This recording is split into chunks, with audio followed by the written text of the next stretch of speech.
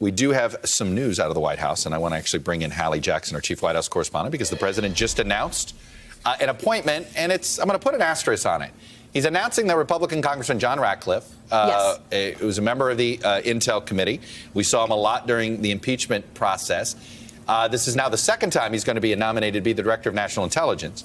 And we got Hallie Jackson here. And so, Hallie, I guess my question is this a real nomination, or is this a nomination in order to extend Rick Grenell as an acting for a longer period of time? Because by law, they had to nominate somebody if they wanted Grenell's acting abilities to extend, I believe, beyond March 11th.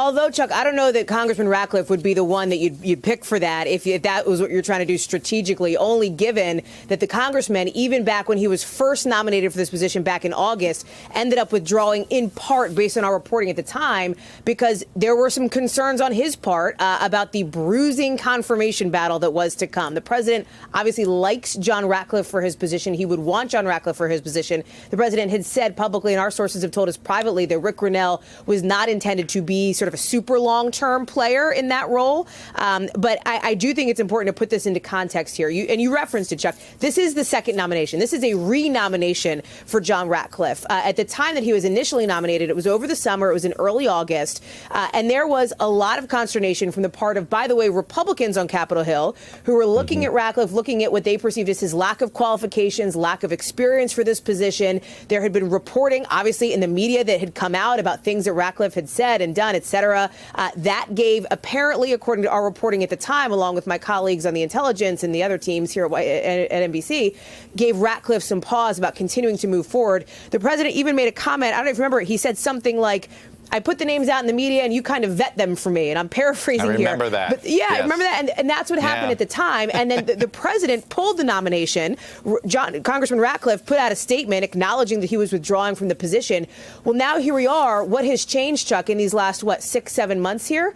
Look at it. That may have been part of it, right? That is Congressman Ratcliffe during the impeachment hearings, coming to the cameras, talking to reporters almost every day. I was on Capitol Hill for much of that. And he was a vocal supporter of President Trump's, not just during the House piece of it, but particularly on the Senate side, was coming and talking, delivering the message. Why do we think he still has the vote? The reason I'm skeptical that this is more than about, because by law they needed to have a nominee here in order to continue their ability to have an acting. He didn't appear to have enough votes before. Why do we think he has it now? I don't know. That's a great question, Chuck. And I think that is something that we're going to have to report out here because I cannot see that there has been much that has changed from the confirmation battle piece of this between August and now, right? So I don't know that it's at all crystal clear that Congressman Ratcliffe has the votes to end up getting confirmed here. Remember what Mitch McConnell said back at the time when Congressman Ratcliffe was initially named for this role?